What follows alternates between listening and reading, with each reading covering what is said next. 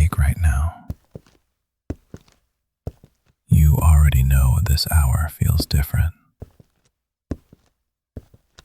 The world slows down, the noise fades, and the night starts paying attention.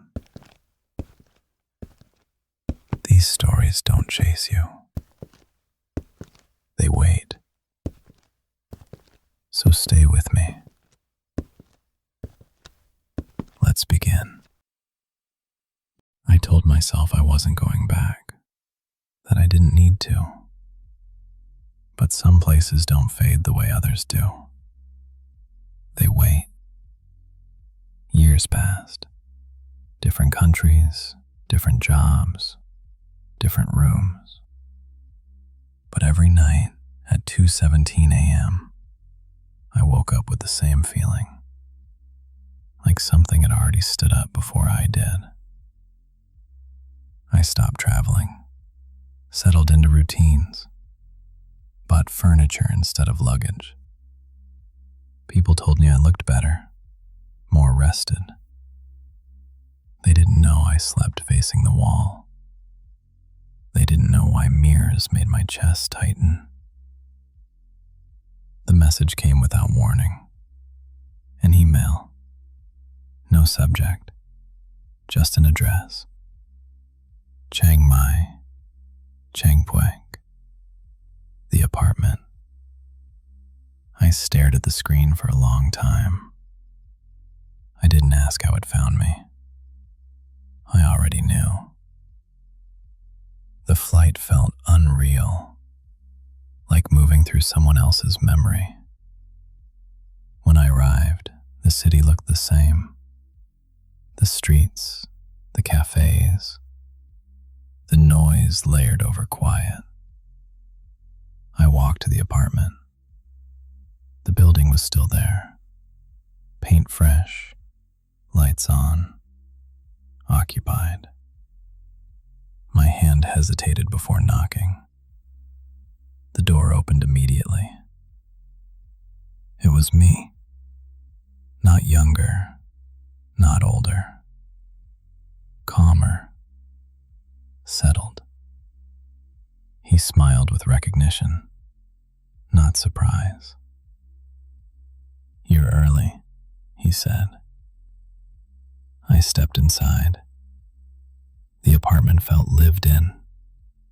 My habits, my preferences, everything exactly where it should be, because he had placed them there.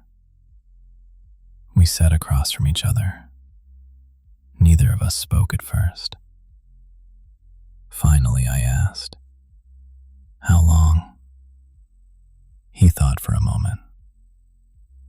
"Long enough that this feels like home." I asked why he contacted me. He looked at the mirror by the door, then back at me.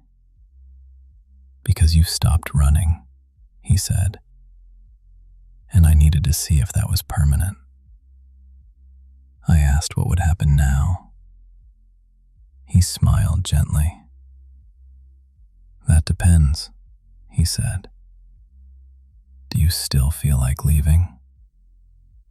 I didn't answer. He nodded. "That's what I thought." At 2:17 a.m., the room grew heavier. The mirror shifted. Not visually, emotionally, like it was waiting. He stood up first. Of course he did. "You can stay tonight," he said. "You always need time to decide." I watched him walk toward the bedroom, toward the life he'd built. My life. I stood in front of the mirror. My reflection looked tired, not frightened, relieved. Behind me, I heard the bed creak. Someone settling in. I realized then there was never a fight, no replacement, no chase, just a choice delayed too long.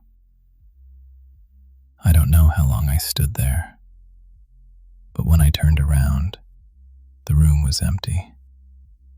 The apartment silent. The door unlocked. Morning light spilling in. I stepped outside and kept walking. Sometimes I wonder if I left something behind. Other times, I know the truth.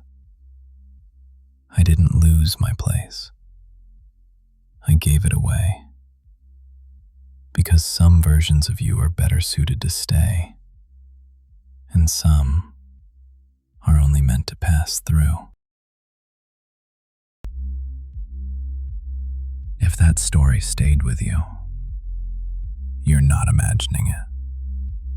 Some stories don't end when they're told. If you want more like this, follow and subscribe. If it made you feel something, leave a like. And if there's a story you want told, leave it in the comments. I'll see you after 2:17 a.m.